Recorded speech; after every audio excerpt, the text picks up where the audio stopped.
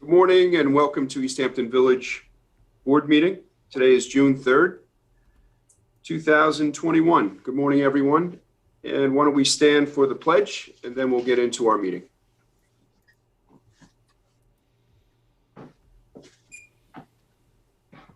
I pledge allegiance to the flag of the United States of America and to the republic for which it stands, one nation, under God, indivisible, with liberty and justice for all. Thank you, Chief. All right, so I have a few announcements and then we'll get into our presentations and into our public hearing and then into our resolutions. So I'd like to start off with the thanking the East Hampton Star for putting their correction in today to clarify some of the confusion that was caused with the paid parking. So again, I'd just like to go over the rules with the paid parking on Main Street and Newtown Lane. Nothing at all has changed. It's 1 hour parking. You cannot buy any additional time. The way we keep track of that is an electronic chalking machine that is located in one of our cars. The Rudershan and Skank parking lot, nothing in there has really changed. In the last 50 years, you still get 2 hours free parking. And now you have the option of buying a third hour. And that's the only time you should use the app is to purchase the third hour. You should use your 2 hours free. And then if you'd like to buy a third hour, you certainly can use the app to do so. And that's really it. The only other thing is just pertains to village residents who receive the entire 3 hours for free. So there shouldn't be too much confusion. Nothing has really changed, except you have a nice option of buying something to let you stay a little longer in our village. What other people may not realize is that this village board, when we started last year in September, we extended the parking lots to 3 hour free parking. And that will again happen on September 15th. There'll be 3 hours in our parking lots for free. So we're trying to do everything we can to increase business in our downtown, and I think we're doing a good job at it. There's just been some confusion, and I wanted to thank the Star on page A3 of today's paper. They made the correction, so thank you again. Is Billy on? Billy, Ajack, could you give us an update on the pond? Yeah, good morning, Mr. Mayor, Hey, Billy. members of the board. So the Patrick Bistrian has completed as everyone noticed, the excavation's completed. The sand road removal is complete and the pond was refilled. So far, it seems to be a success. The area where the work was being conducted from has been decommissioned. The irrigation's been restored or repaired, and I believe the sod is going to be installed in the coming days. Once that is complete, the fencing will be removed that surrounds the pond. So that's that. We still don't have a final tally of the material that was removed. We think it's slightly north of 7,500 cubic yards of material, but we'll have that number soon when the contractor produces the final as-built survey. Terrific. Thanks, Bill. Yep. I did speak to Patrick Bistrian Jr. this morning.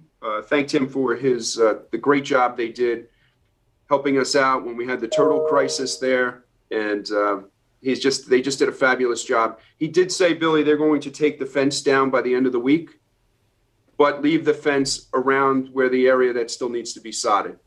Okay, so, good. That was good news because once the fence comes down, it's going to look terrific. The next thing I'd like to talk about is Free Ride. We were able to negotiate a contract with Free Ride, and we're now providing service through the park in the mornings and the afternoon to try to expedite the transportation of employees back and forth. That's always been a criticism. Years ago, the village did provide bus service that they contracted for, but it really took too long for the employees to get from the parking lot because the bus had to travel the roadways. So now we have the Free Ride going directly through the park from 8 in the morning until 10. and then again in the afternoons from 5 p.m. till 6:30 p.m. Jody, if you could just put up the map that the free ride will travel. Do you have that? I do not have that. Okay. Just for so everyone is aware, the free ride will travel along the sidewalk that runs from the long-term lot. That's that PNG file, Jody, that with the shot of Herrick Park. But it will travel along the sidewalk. The sidewalk is huge in that area, and it goes from the Rudishan lot by the tennis courts all the way to the long-term lot. If there is a conflict with the pedestrians that may be walking, the free ride will go around them on the grass. So it will expedite the whole transportation system for employees and make it easier for employees to be able to park in the long-term lot. That was the goal. Any luck, Jody? No, I didn't see the attachment in the email. If Marcos can screen share.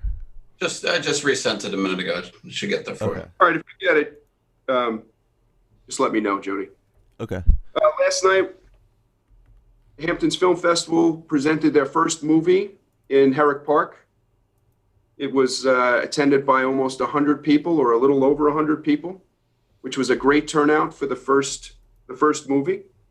Next week and all through the summer, we'll be doing it every Wednesday night. It starts around 8:30, 9 o'clock. And I think the crowds will just continue to grow. Again, that's Hampton's Film Festival is doing that free of charge. So it's a really nice, and it's all family movies. I think next week is Willy Wonka and the Chocolate Factory. So it's a great thing. They had popcorn there. You can bring your food to the park. It was a real family event last night. It was a lot of fun. So make sure you join that on Wednesday nights. Chris, could you fill us in about the Lifeguard Tournament on July 21st? Okay. Well, the Lifeguard Tournament is on. I know that our beach crew is in touch with the town, Johnny and Big John Ryan, to get that back up and running. They haven't done it for the past year. And apparently all Long Island is interested in attending this tournament because last year was a COVID pause. So we're looking forward to it. We have the assets and the desire, and the facilities are looking beautiful right now. So that will take place around I believe it's 5 o'clock, give or take. I don't know exactly the time, but it's usually after work. And there should be a really big attendance. So it'll be a great event, and I'll have more details to follow. It's still kind of in the prelim stage, and something like the Lifeguard Tournament takes a little while to gel. So, but I'm excited, and I think I think it'll be a great thing for the village. Thanks. Hey, Chris, while I was just thinking about it, could you just fill everybody in on the beach, the most beautiful beaches in the country? And Okay. how our beach didn't make the list this year, or how long have we not made the list? Okay, so I don't have the actual dates in front of me, but it's been about a decade at least since we were on the list. And every year there is a gentleman called Dr. Beach. He's located in Florida, and he has a 50-point criteria of different aspects of the beach, which formulate a ranking, and he publishes, I believe it's 1 through 10.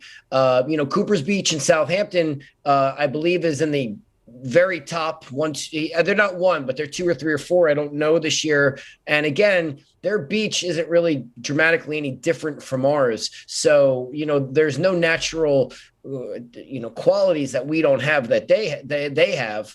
However, it comes down to the things that we control are cleanliness, lifeguards, staffing, the concession stand, parking, cleanliness, the life, things like lifeguard stands, things like education, things that we can control. And, he picks the winner of this. It just got announced now, but from my past experience, he knows who the winner is in the spring. So with our administration and all the great things we've done at Main Beach, I do think it was a little late, once we got some of the things going up at Main Beach. But there's a really good goal for next year. And I'd love to be on the list. I mean, that's a something that I feel strongly about, and I know the rest of us do too. So, we know what the changes are that we have to make, and some of the little upgrades, and they're not big ones, they're little ones. So, I know we're trying to expand the ADA mats,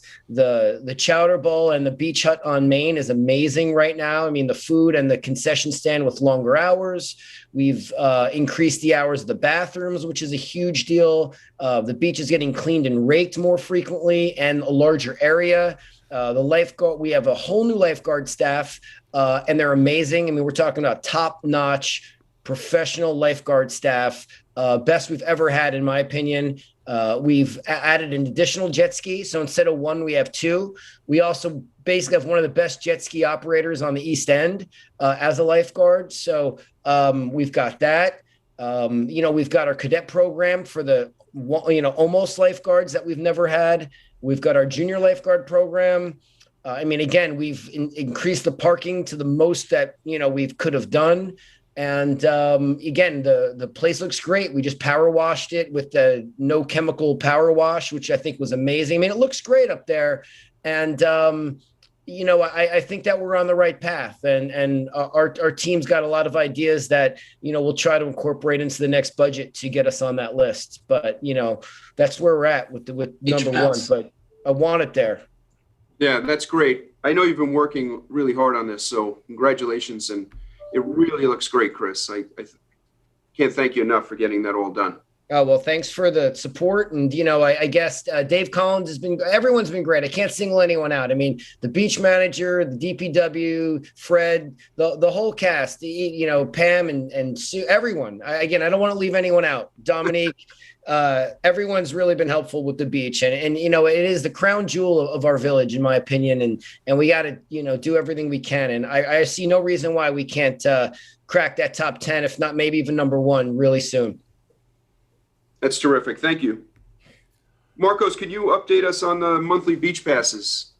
Sure. In addition to, I'd also want to say how much Chris Minardi's doing, or I should say Deputy Mayor Minardi's doing for the handicap access for Main Beach too. We've got a couple more mats arriving soon. Sorry, Chris, I don't know if you mentioned that, but the monthly beach permits are almost sold out for July and August. June picked up despite the rain. About 100 sold over Memorial Day weekend. So June's starting to pick up. I think what's doing it is that we took an administrative decision to cancel daily beach passes, the dailies, from Fridays, Saturdays, and Sundays. They're now only available Mondays through Thursdays after 1 p.m., again, to ensure that village residents have plenty of parking when they go to the beach.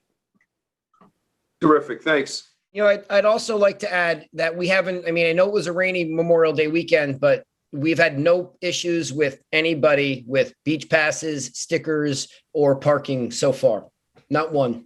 Yeah, because really the monthly passes are not physical permits. They're just registrations of their license plates. So it's been very, very smooth so far, which has been great. I'm happy to hear that we're not, that we've dialed back the daily passes for the beach, just to see how the monthlies go. So I thank you and for listening to our concern about that. And I know last weekend really was an aberration. You really can't tell how packed the beaches will be. It was pouring all weekend. So I think this is a better start. And I thank you for listening to some of my concerns, especially about overselling the beaches and making sure that the village residents can get a parking spot at the beaches. So I appreciate you, considering that. Well, thanks, Rose, but it really never was, that was never the plan. The whole idea of the monthly passes was to eliminate the daily passes. And Rose, it was funny. I had dinner with John McGurk, and he brought it up about the monthly passes, and I kind of said to him, he was actually the impetus of starting all this, because I know he was worried about village residents having access to the beaches, and I thought that by dialing down dailies and just providing monthlies, you take so much inventory away. And I think I convinced him. I don't know. Well, I'm sure I'll get an email. But I think it's a step in the right direction. I appreciate it. I was concerned with the daily passes and the monthlies that we would have a problem at the beaches. So this is a step in the right direction on Fridays, Saturdays, and Sundays, and mainly in July and August. So thank you. All right. Next up is Hugh. Oh, Hi. Um, I don't know if any of you knew this, but on June 25th and 26th, we were supposed to present a program at Gills Hall of Outdoor Theater about the life and times of John Howard Payne. People don't know so many things about Payne's life, including that he was a newspaper editor, he was a governmental official, he was an actor, he was a playwright.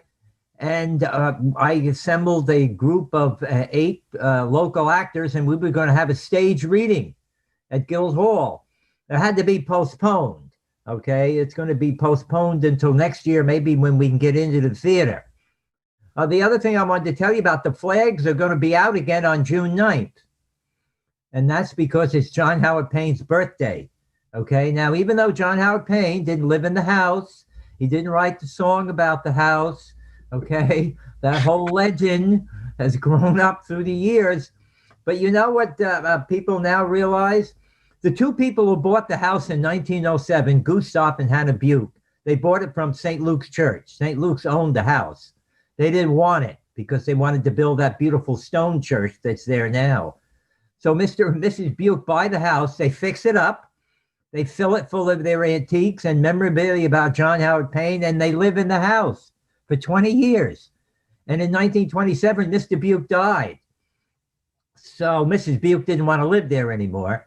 So the village taxpayers voted to buy the house for $60,000. Okay, in 1927, the entire village budget was $62,000. So they had to go to Albany to get permission to sell bonds. And that's how they promoted the house. Well, why did those 2 people buy the house, those 2 summer people, Mr. and Mrs. Buke, in 1907? They bought it and saved it because of a lie, because of a fib.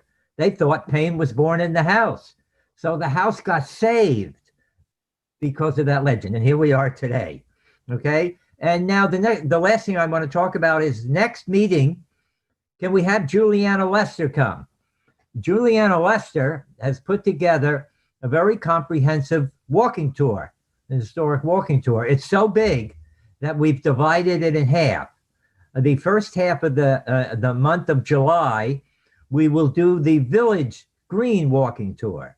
And then in August, we'll do the Main Street walking tour. Now, I have put a packet of information together for her to look at. And then Jackie and Veronica, the 2 other people who have expressed an interest, I put a packet together for them.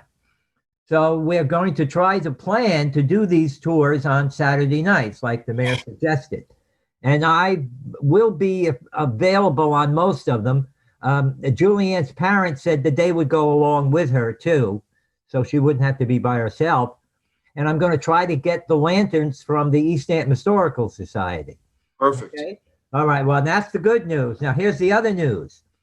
Does the village have a Facebook page? Yes. Okay, well, can the village administrator get one of those interns to advertise this on the Facebook page, when we get the dates and the time? But is there any way for people to sign up on the, Sure. can somebody manage that page? That's what I'm kind of asking. Absolutely. Yes. Great idea, Hugh. I don't think we want more than like 15. You see, Marcus? Yeah, we can cap it. That's okay. Yeah, we can do that. Oh, We could also ask the chamber to advertise it for us. Yeah, and I'll put the ads. I'll put the times in the paper. I'll get a hold of the 2 newspapers and tell them what's going on. Okay, it's a great idea because just so the rest of the board knows, I'm a big fan of the historic tours, and I asked Hugh if we could put something together for July and August and offer a tour every Saturday night. So he's organizing that. We're working on it. We're working on it. News, Hugh. Okay. Great news.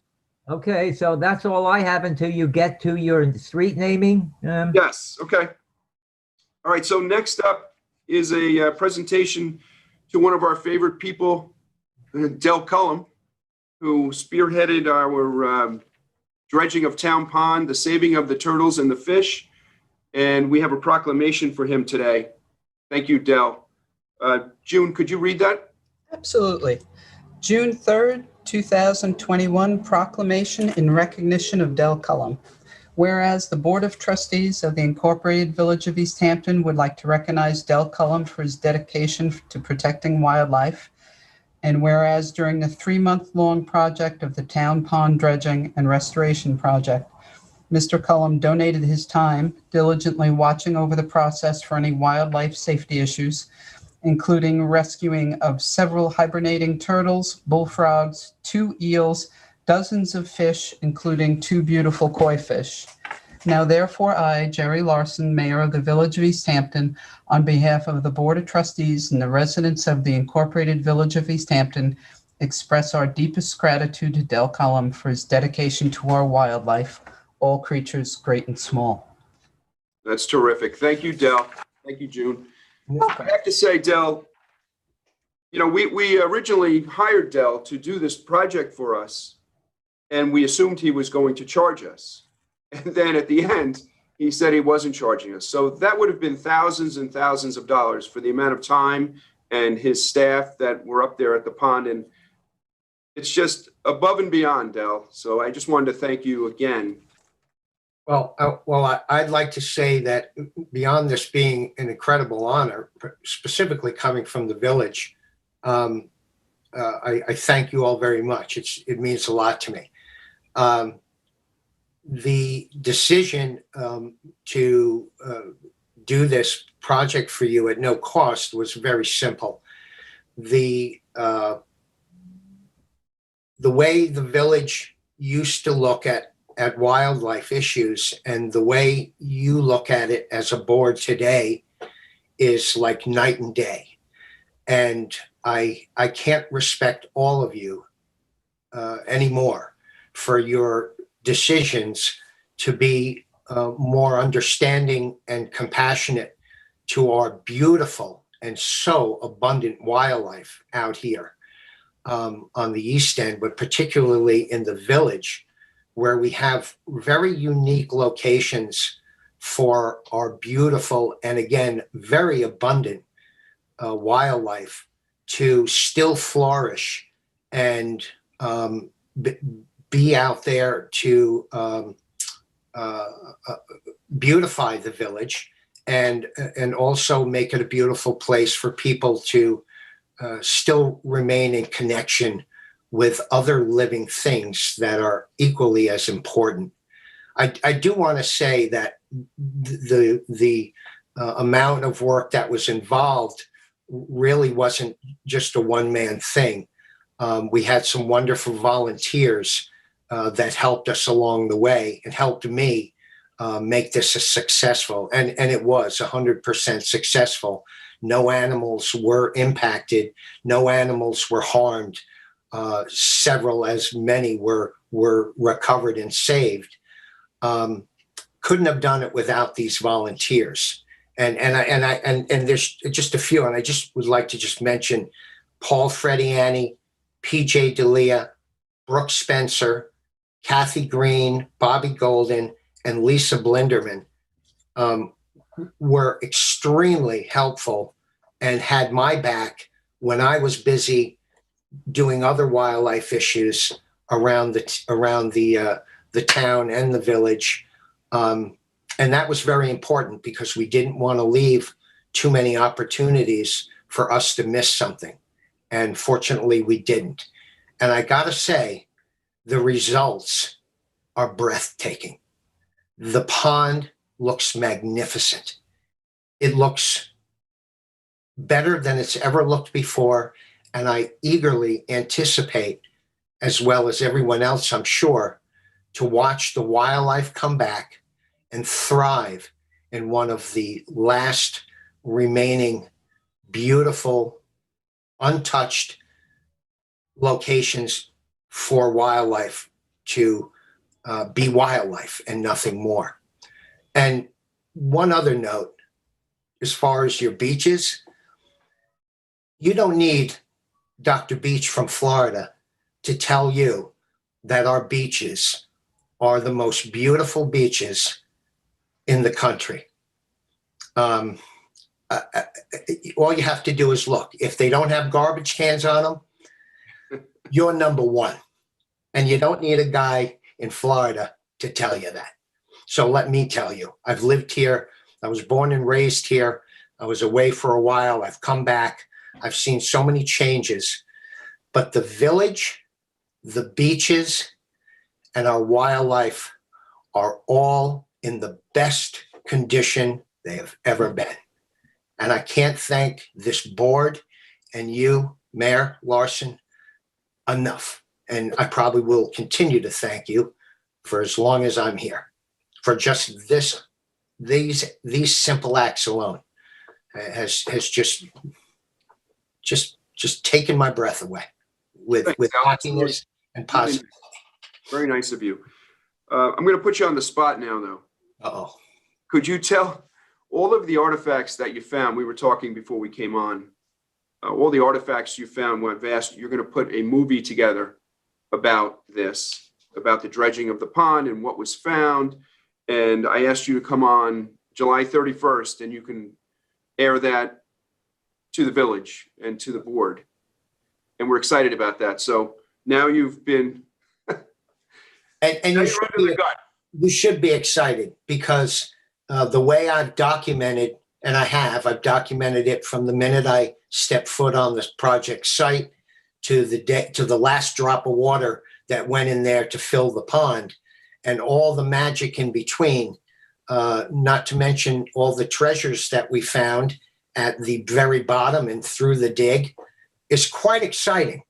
I had no choice but to put something together. Otherwise, you'd never know all the neat and exciting and historical items that were uncovered during this project. And the excitement of the project itself. It wasn't a simple task. It was done with perfection, however. I must give the Bistrian crew my sincere bravo, because they did it with such care and professionalism. I did a time lapse, so you might have seen it on my social media page, from the very first shovelful to the last. And every shovelful was carefully scooped, and the results are what they are, pristine and perfect. Well, we're looking forward to that video, that's for sure. Good. Oh. All right, well, thanks a lot, Del. I really can't thank you enough. Thanks, everyone. Keep up the great work. I'm very grateful. Thank you. Thanks. All right, next up. Just one more thing also that I just realized, the other unsung hero that we haven't really mentioned is Billy Ajack, who when he first got here 5 years ago, kind of shepherded from the very beginning to pretty much now to the very end. So I kind of want to give him a mention right now, because I want to reiterate that, because I happened to be on site with Billy a couple times, and he actually, I think one time when I was speaking to the John Marshall school students down there, he was present as well. And Billy's spearheading this project and overseeing what he has. It's just been an incredible feat of perfectionism. It was just great. Thanks to everybody involved, specifically Billy as well. Absolutely. Yeah, well, thanks, Billy. I sorry I forgot to mention you, but I have Billy working on so many projects for me that just so everybody knows, he's working on the comprehensive plan that's been dumped on him to start getting that going. So that's a lot. And of course, the septic system. So Billy's a very important part of the team here. And thank you again, Billy. Thank you. All right, next up, June, is our only public hearing for today, but it's a big one. It's our final budget. So could you read the... Certainly. Public hearing for the village budget for fiscal year 2021 to 2022. This is to consider the 2021-2022 budget, which has been filed in the office of the village administrator and as public record is available for inspection by all interested persons at Village Hall, 86 Main Street, East Hampton, New York, 11937, The salary of the mayor is $26,000, deputy mayor is $16,500, and each trustee is $14,000 annually. Terrific. Are there any callers, Jody? There are no callers on the line. Anyone from the board? Any comments? Nope. All right, Marcos, or Dominique, you're on, right? Dominique, Yes, I am. Sorry. could you just, I know I'm hitting you cold here, but could you just give the residents an overview of the final budget as far as tax increase and things like that? Sure. Hold on a second. I was not prepared for this. Yeah, sorry about that. That's okay. Well, in terms of the tax increase percentage, it's 1.15%, the lowest in 5 years. Correct. Anything else that's, No, I think we've done, we are increasing our revenue by quite a bit. This year, our estimated revenue is 9.724 million. Last year was 8.748, so we've increased that quite a bit. And then our expenditures went up as well, but we still kept it, the tax cap at way under 2%. all right, great. Terrific job, Dominique, and everybody who worked on the budget, department heads. Marcos and Dominique worked tirelessly on this for months. So thank you all for getting this done. This is very exciting news, and I'm very excited to present our first budget, the lowest in 5 years. So very excited about that. Still no callers, Jody, before I close the hearing? Still no callers. All right. Can I get a motion to close the hearing? So moved. Second. All in favor? Marcos, did you want me on? Yes. Bob, you're coming up next. Oh, I'm sorry. That's okay. Yep. So the hearing is closed, and our next discussion is about renaming Crossroad, which is the road that runs between Georgica and Appoquog. It's the one-way street. So why don't we, Robert Gilman is one of the only two people who live on the road. Good morning, Robert. Good morning, Mr. Mayor Larson. Hey, how are you doing? Good? Great to see you. Thank you for your amazing work. I can't tell you how many of my friends who are residents of the village who walk the streets and run through the neighborhood and walk the neighborhood stop by as I'm out there, working on the lawn and talk about the differences. And when we're walking through town, it's just it's a marked difference in what you've done. The cleanliness, the friendly approach that people are taking, the enhanced law enforcement, kind of supervision in the area, but with a very friendly hand, has just been remarkable for, I think, the residents and for the people visiting the village. And as a resident and a taxpayer in the village, I can't thank you enough for the amazing work you and Marcos and the rest of your team are doing. It's really gratifying to see it, and we're grateful and appreciative for your good work. Oh, that's terrific. Thank you. And the pond looks amazing. Amazing. I mean, the way the trees glisten off it and the wind blows and you could see the leaves blowing off the pond and the light bouncing off it. It's really it's just a serene setting as people enter the village and as we get to enjoy it. It's amazing. Well, thank you for your kind words, but I think you hit it right on the head. I couldn't do any of this without a terrific team behind me. So I thank all of them as well. So, all right. So why don't we get into why you're here today? Sure. Simply, there are a number of different streets in the village, in the town, that use the word cross, and many people get confused by it.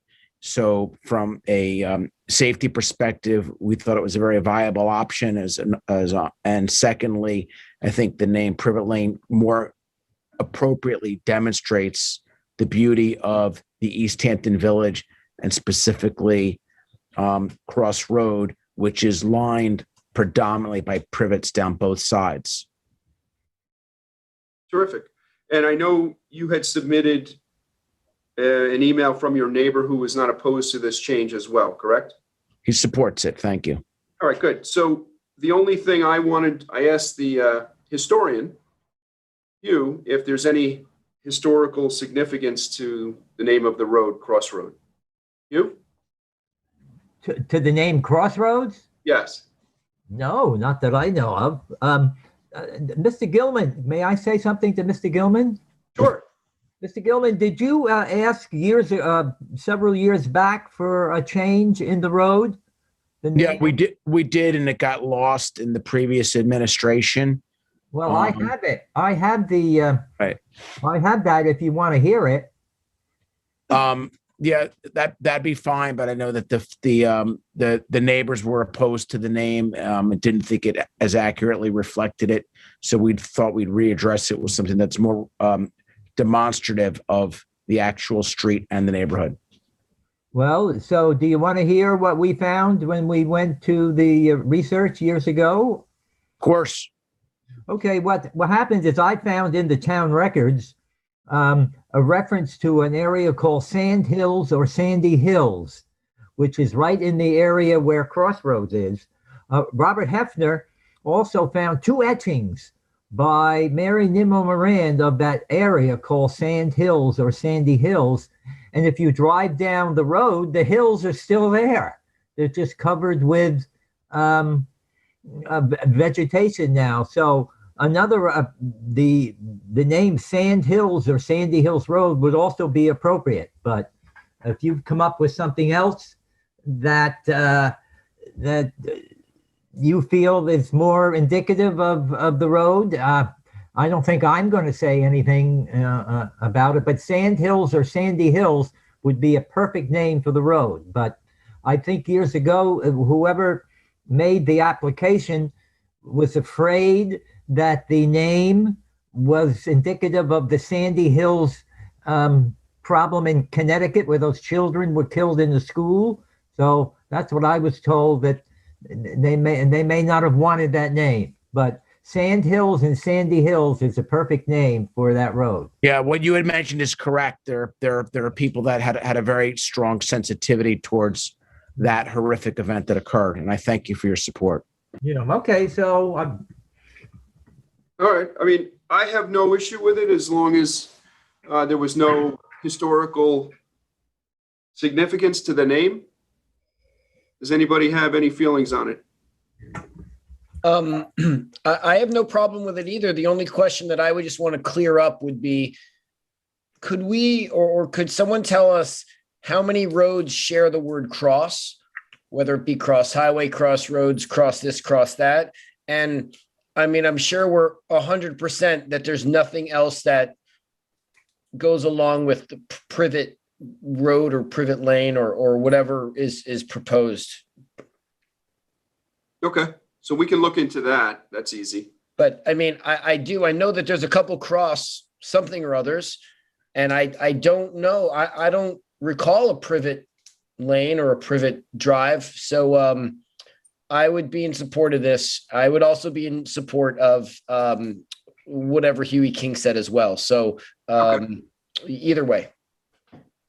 Yeah, I think the issue of Sand Hills or Sandy Hills, whatever, the horrible incident in Connecticut was Sandy Hook.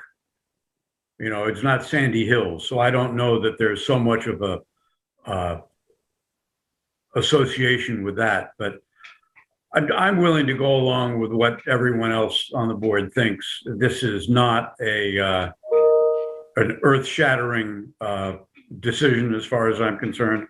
So whatever works for most people works for me. I would say, if the neighbors are okay with it, I'll be okay with it. How many neighbors on the street, Bob? One. So there's 2 people. Are they okay with it?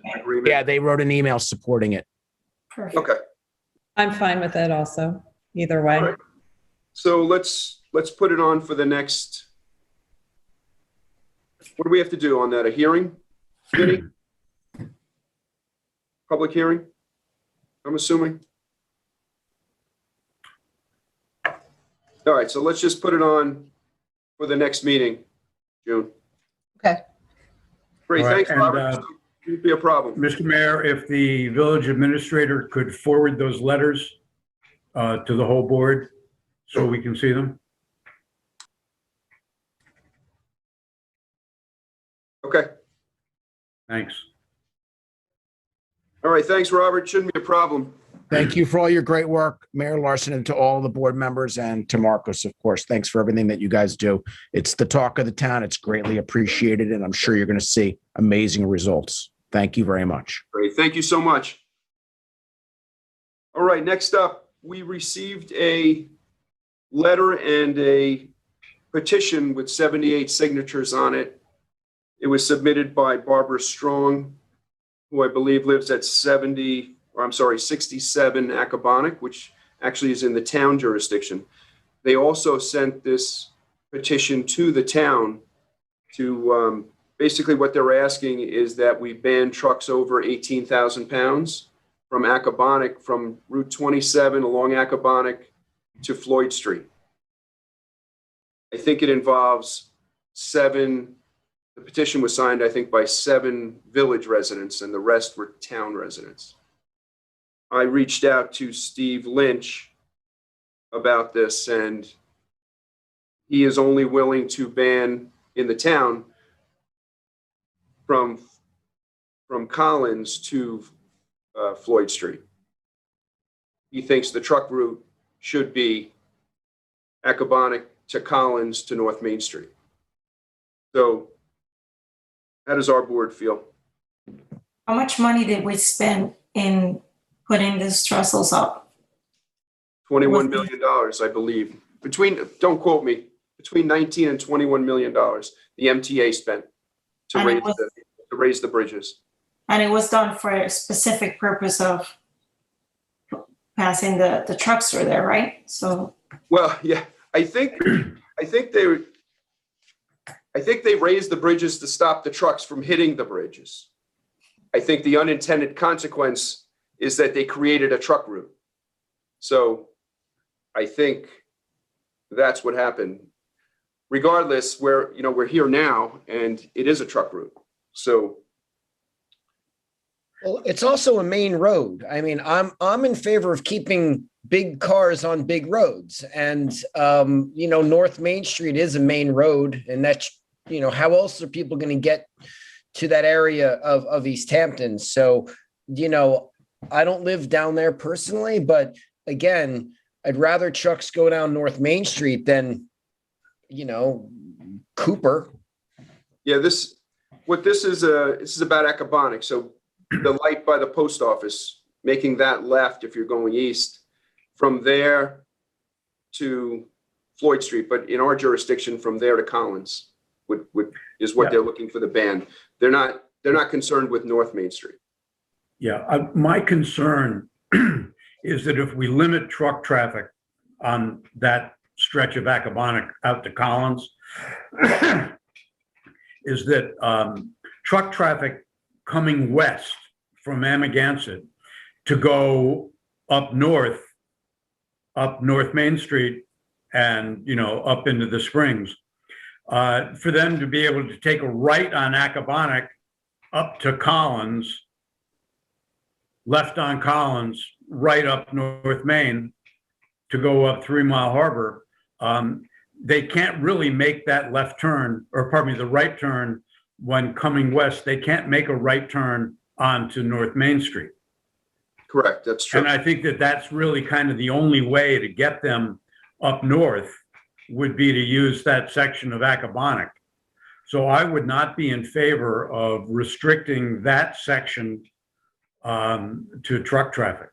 I think it's a necessary route for them. That's a good point, Tiger. And also, before the bridges were raised, we were causing trucks to go down Newtown and down Cooper or Osborne and onto Cedar.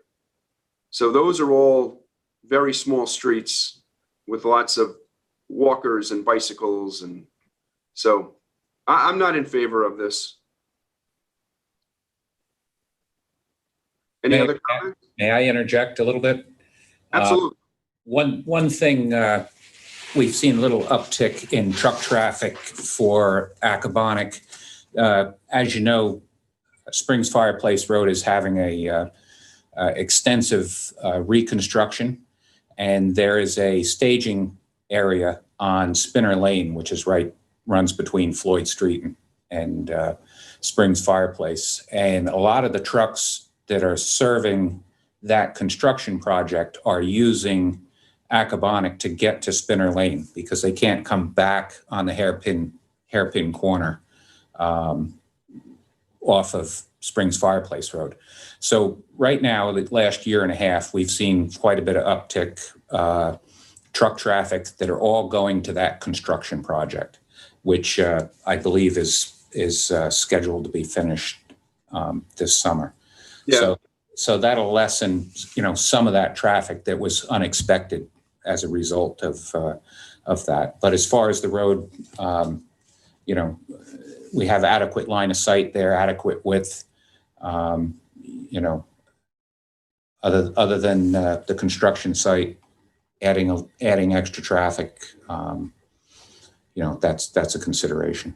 Yeah, I agree with that too, Dave. But like what I was just saying earlier is when the bridges were low, a lot of the trucks used an alternative route to get to Springs. And now they don't have to. They can use North Main and they can use Accabonac. Correct. By raising the bridges, you've created the truck route. So, anybody else? No? No, I agree with all of the comments that have been said. We want to make sure that North Main Street stays open for truck traffic. We don't want these heavy trucks on our small residential streets. And, Tiger brought up the good point about when you're, making the right-hand turn onto Accabonac for some of the trucks. Otherwise, you really wouldn't be able to access that part. And we've heard from Steve Lynch and Dave Collins. So I agree with all of them and my colleagues. Okay. All right. So June, if you can just, we'll return a letter to them. Let them know we discussed it. All right. Next is Marcos, you want to talk about the Centennial travel and tourism video and the Centennial. Sure. We've come to the end of our fiscal year, or we're coming to the end of our fiscal year, I should say. And we're starting to see, areas that, we can start to kind of purchase things in a sense that we hadn't planned, like the ambulance generator that we've just allocated resources for, Village Hall. We're waiting for some bids to come in, but it looks like we'll have enough for a generator here as well and things like that. And then we started thinking about, I think I spoke to Hugh King about a couple months ago regarding a video that we could do for the Centennial this year. At that time, we were unsure whether we could even celebrate it, but now that I think that we're going to move ahead with it, I thought it would be nice to have a video that could kind of encapsulate the let's say 10 or so families, I would say that, that've been here for a few hundred years, right? So Ms. Borsak's family, Mr. Westberg, families like that have really, that are well known. I'd love to get them on video, something that could live and exist on the village's new website for a long time. So that would be one video. And then the other one was really a discussion born out of the Chamber of Commerce and their dwindling kind of grant money that they never got due to COVID, something that could kind of help promote the downtown, all the stuff obviously that we've been doing recently, but to help the local shopkeepers down there to kind of remind people to come back. And I just thought I'd throw that out there, see what the board thought of those two things.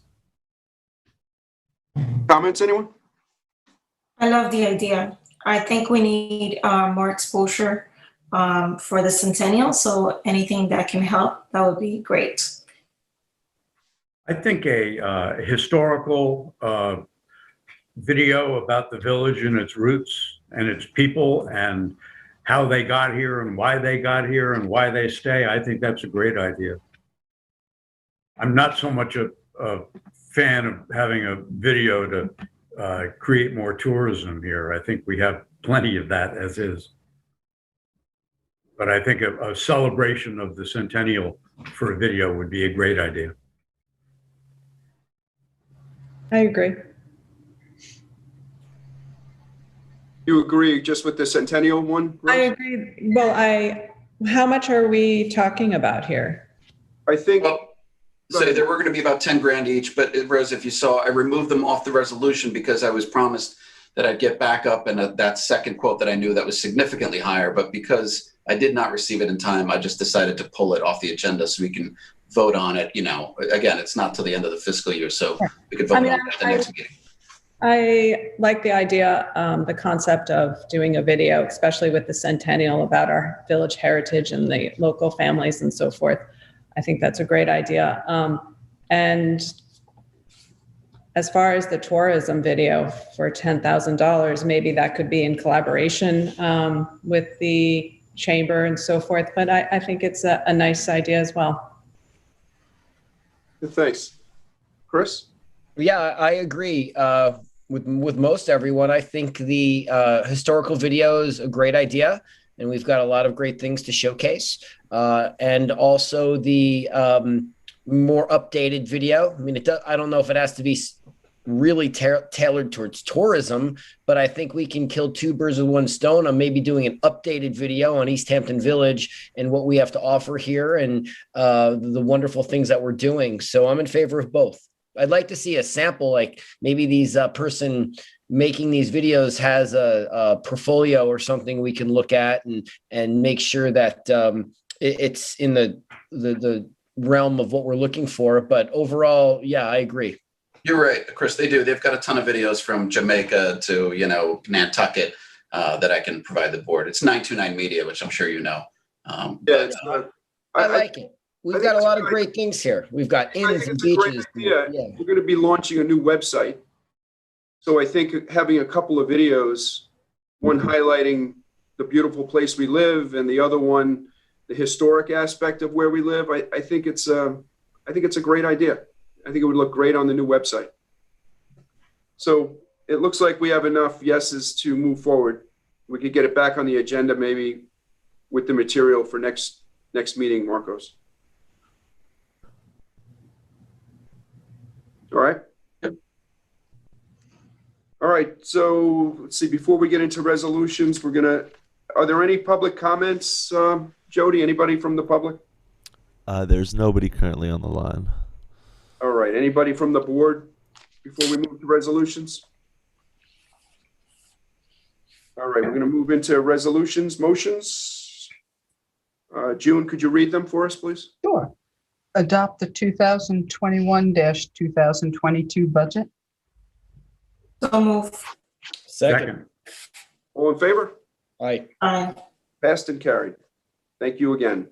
Number 2, approve the fire department's request for the annual fireworks display to be held on Saturday, August 21st, 2021, with a rain date of Sunday, August 22nd, 2021. So moved. Second. All in favor? Aye. Aye. Passed and carried. Number 3, deem as surplus and approve disposal of the following: 1 Xerox copier purchased in 2011, asset tag number 1698, 1 pedestal desk purchased 1997, damaged, and 22 wood chairs purchased in 1997 to be sold by online auction. So move. Second. All in favor? Aye. Passed and carried. Number 4, approve Vincent Gaudiello, PE of the Rayner Group, to provide engineering consulting services. He'll be replacing Drew Bennett. I would like to see, I know that Billy Ajack is supportive of this appointment, but I would have liked to have seen a resume or something, or in qualifications on this. Okay. I mean, Tigger, it's somebody who works for us currently, and this was just a suggestion to, Right. I mean, do a fine job, but I'm fine with the appointment, but I would have liked to have seen something in writing before we come to vote on it. That's all. Okay. Well, let's table it. No, the motion's on the table here. Is there a motion to accept? So move. I'll second it. All in favor? Aye. Aye. Opposed? Opposed. Only on procedural grounds, Jerry. Mr. Mayor. Passed and carried. Next. Number 5, approve status change for Fire Department Company Number 1 member Scott McGinnis, effective May 5th, 2020. So moved. Second. All in favor? Aye. Aye. Passed and carried. Number 6, approve the combining of the Planning Board and the Design Review Board, effective September 1st, 2021.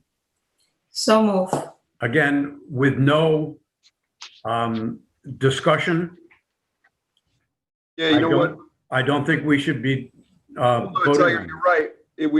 Tiger, I thought we were discussing this and it was on the agenda and I must have missed, I mean, we had a couple revisions to the agenda. So Yeah, hold on. It's on the discussions. Hey, Vinny, are you on? So are we discussing it or not? I'm confused. I am on, Mr. Mayor. Hey, Vinny, I missed the discussion of the combining the planning and zoning. We moved into resolutions.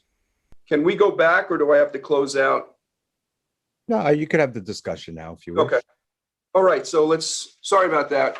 That's my mistake. We missed it on the, under discussions. So you're absolutely right, Tiger. So. And Jerry, at the Herrick Park Improvement Plan cost estimates, are we discussing that as well? Correct. That's one more that I saw in there too. I don't have that on my agenda. That's the last item for discussion. The Herrick Park Improvement Plan cost estimates. And that was directly regarding the Cash and Associates to do the cost upgrade. Okay. So why don't we discuss that first? Because I don't have that on my agenda. Sorry about that as well. So. What are we discussing now? Vinny, can you introduce Cash and Associates for a second? Excuse me? Cash and Associates, Al. Sure. I can tell you they've done extensive work with municipalities, Nassau, Suffolk counties, City of New York, State of New York, one of the most reliable engineering firms I've worked with that handle the public sector side. In light of what's gone on in the past year or so in terms of costs of projects and obtaining materials and labor, they would be a reliable firm to provide you with estimates of a current accurate cost. So what I'd like to do is I think I spoke to the principal, Alfred, I'll call him. Alfred Angel. And I think he had offered to review the LaGuardia design groups and, their estimated pricing for Herrick Park of $7.6 million to anywhere to 8.1. And update that now, obviously, to make sure that they have included prevailing wage and then what the material cost would be now, obviously, due to COVID, about, over 2.5 years later. So that's, I want to get an accurate picture. The board knows that we're going to discuss bonds and stuff like, the things that we need at the July meeting. So I kind of wanted to make sure that they could give us an updated pricing on the Herrick Park plan. Okay. And is this something that LaGuardia could do for us since they are already aware of the project and the scope and so forth? I thought it would be better to be done independently than from the people, who made that plan. I just thought. Yeah, and if there's a difference, then the board can certainly take a look at that and where it is. It just makes the estimate more reliable, quite frankly, when you have one independent of the other. And the cost on this, as you can see, is very minimal. Right. And we're not using the Rayner Group, who we just hired to be the village engineer. You're recommending using another firm. Because they've handled projects of this sort, as I said, at every level, all over this island as well as the state. Yeah, we received a qualifications packet from Cashin, and they certainly seem eminently qualified to do this sort of work. Again, just because they say it's going to cost X, that doesn't mean that's where the bids are going to come in. Sorry, Tiger, are you talking about Cashin or LaGuardia? I'm talking about Cashin being qualified to provide these estimates. But again, estimates are still only that. And I think that, if we ask LaGuardia to come up with estimates, come up with estimates, they would probably be as good as Cashin's. But it doesn't really matter what anyone says, because when you put it out to bid, those are the numbers that are going to matter. Yeah, but we need to know what ballpark we're in, no pun intended, before we start voting on it. Do you know?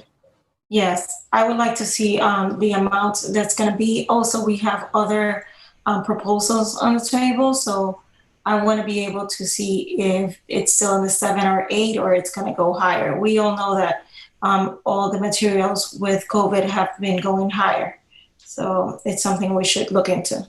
I agree. Yeah, I mean, if LaGuardia does it or if Cashin does it, I think we're probably going to get to the same place. I don't know if LaGuardia would charge us for it.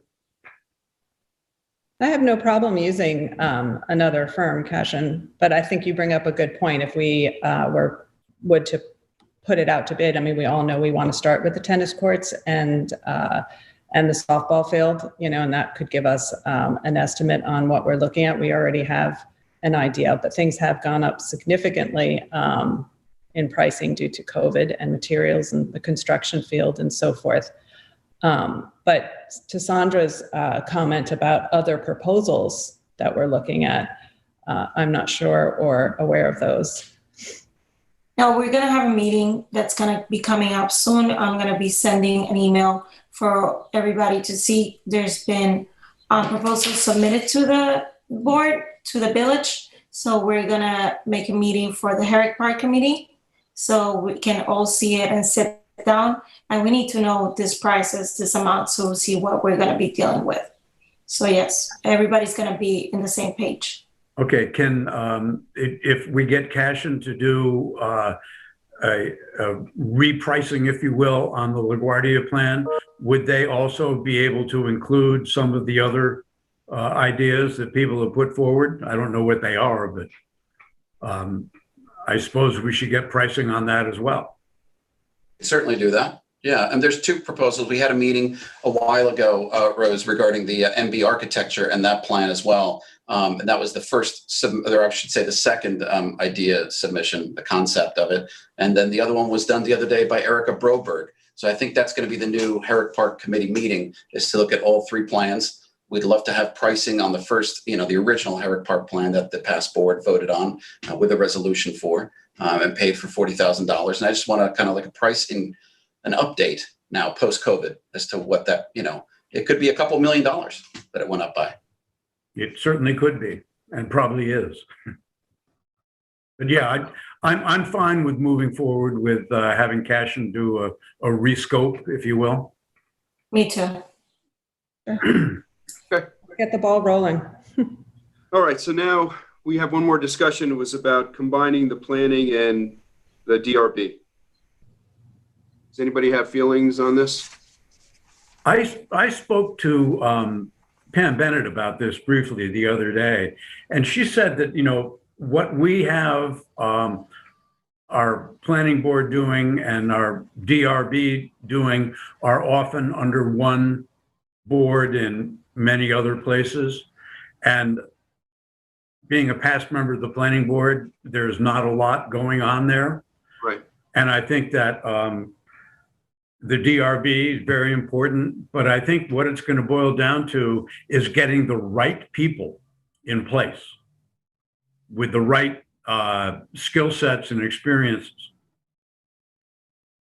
So Okay. I think that while the mayor has the sole right to set the staffing of the boards, I would like to think that we all might have some input on that, even though it's the mayor's final decision.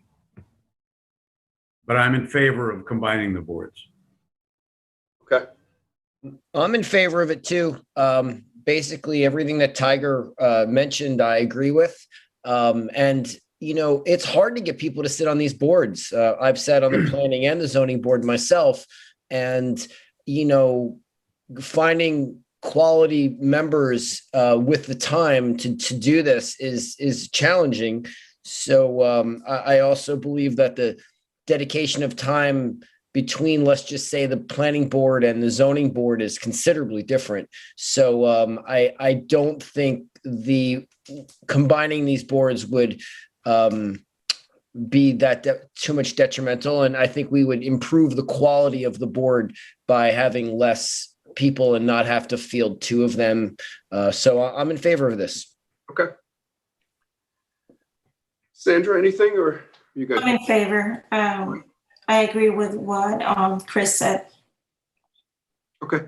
Pam, do you have anything to add? No, I think it's a good idea. Do you envision a 5-member or a 7-member board? I envision a 7-member board. Okay, that's good. Okay. I agree.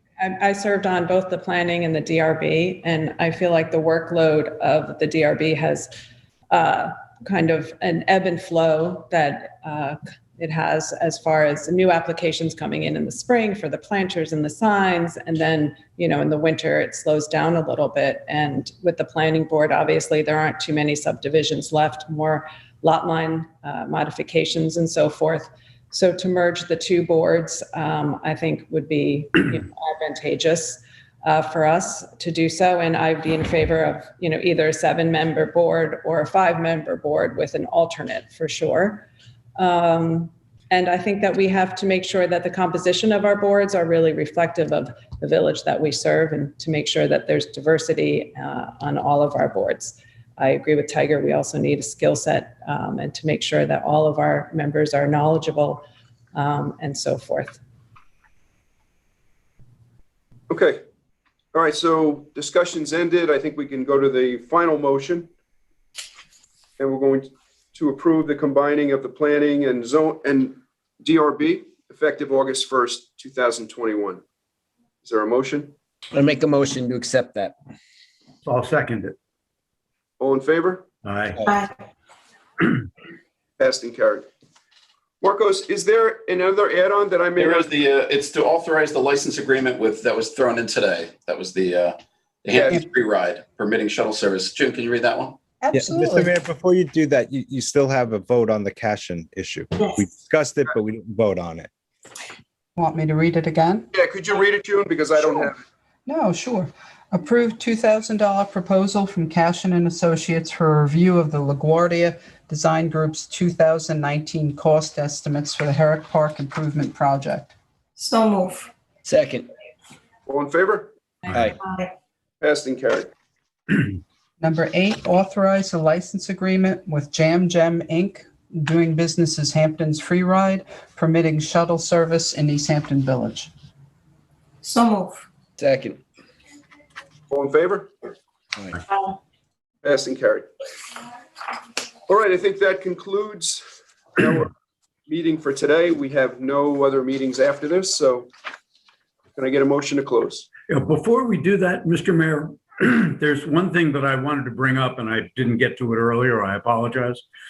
That is the free Wi-Fi that Saunders has set up in the village. When we adopted that, we all agreed that there would be no branding on it. And I noticed that the broadcast ID of that network is hamptons.com.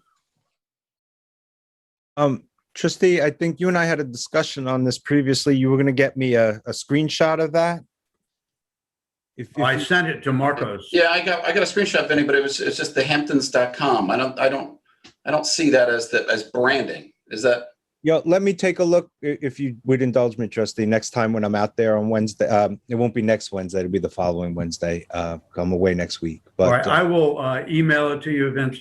that would be great. And then we could talk about it, okay? Okay, Thank you. All right, motion to close? so moved. Second. All in favor? Aye. Aye. All right, meeting is closed. Thank you, everybody. Thank you. Thank you. Bye.